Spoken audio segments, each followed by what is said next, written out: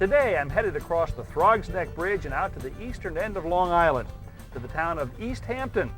I'm going to visit my friend Norm Stavin. So what's the project for today? I've got a little cottage up the road. I started in the kitchen renovating, got the floor in, and love your help with the cabinets. How many days you think? I think two of us to do it in one day. Really? Okay, I'm game. Let's take a drive over and look at it. Well, here you go, Ron. This is it. You have stripped this down, haven't you? Yep. Yes, sir. So what's the plan?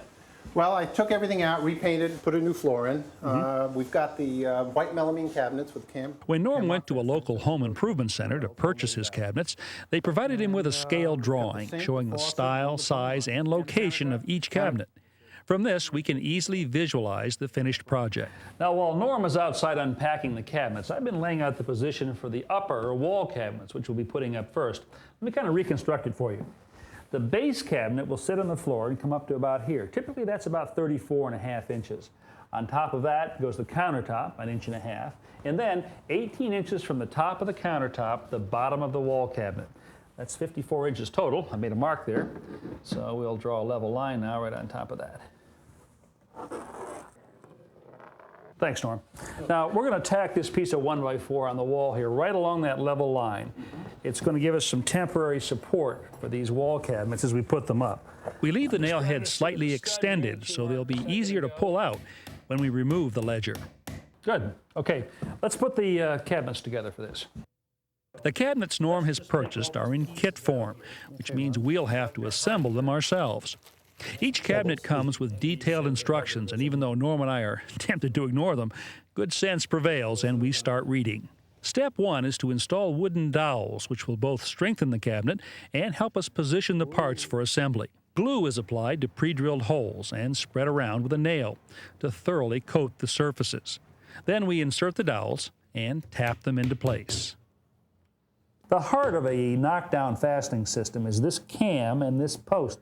This is the way it works. The post goes inside the cam, and as the cam is rotated, the post is pulled up tight, holding the two pieces snugly together. It's a snug fit between post and hole, so I put my hammer to use, pressing the post down firmly, then tapping it once for good measure.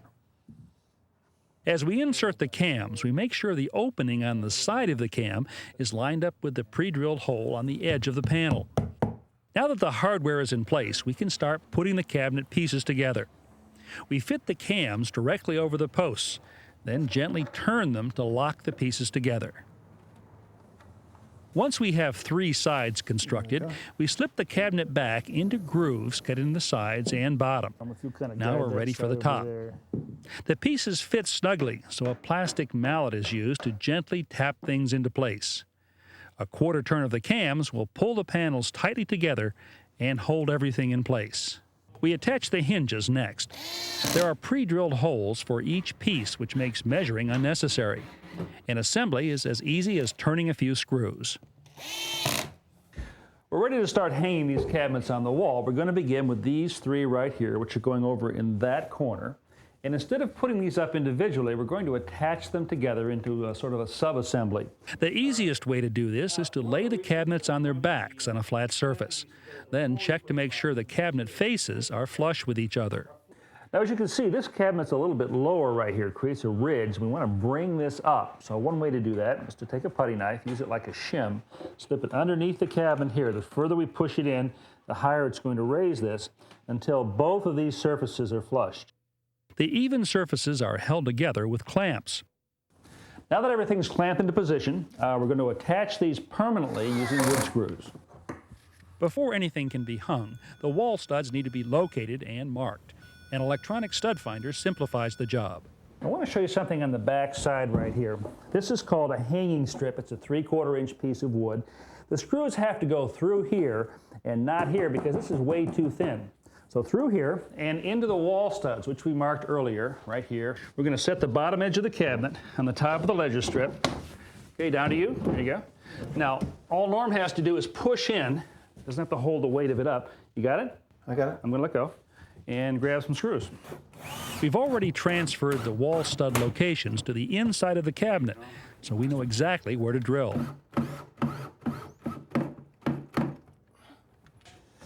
Well, that's good and strong. Now we can take off this ledger strip and use it on the other side. Well, we're assembling the base cabinets right now. They go together the same way as the wall cabinets, using the dowels and this post and cam system. But some of these have drawers, and that means that we'll have to install these drawer glides on the sides before the cabinets are put together. The glide system for these cabinets has two components. The second is mounted on the bottom edge of the drawers. Next, we remove the baseboard so the new cabinets can be positioned right up against the wall. Okay, Norm, to me just a little bit. Okay, right. Okay, good, good. This is our first base cabinet. This will be the sink base, and we're centering this underneath this window right here. And down here on the deck, we've cut holes for the water supply line and the drain. Looks good. Okay, Norm, check her if you would from front to back. That's good, Ron. Once we know we're level, we attach the cabinet to the wall stud. Then we're ready for the next one. Set it right in there. Okay, we're a little low on this side right here. To raise the cabinet on the low side, we slide tapered shims underneath. We remove the excess by first scoring the shim with a utility knife and then breaking away the part we don't need. Once leveled, we attach the cabinets to each other with wood screws. Norm then attaches short pieces of wood, known as cleats. These will give us a way to attach the countertop to the base cabinets. Well, this is our countertop, and as you can see, we've already put the sink and the plumbing hardware in. It's so much easier to do it when the countertop is out than afterwards. So, Norm, let's just drop this down. Back first. Okay, there you go. You clear?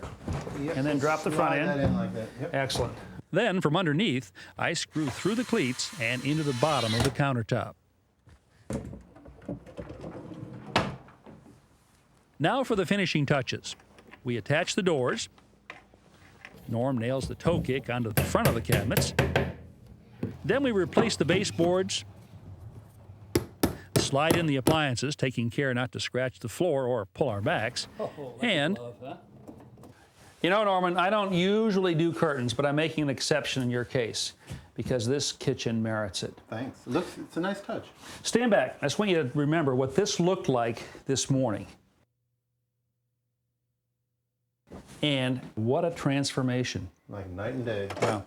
Listen, my good friend, it was good seeing you again, being here in East Hampton. I appreciate it, Ron. Hope you enjoy the cottage. No, thank you. go. All the best. Cheers.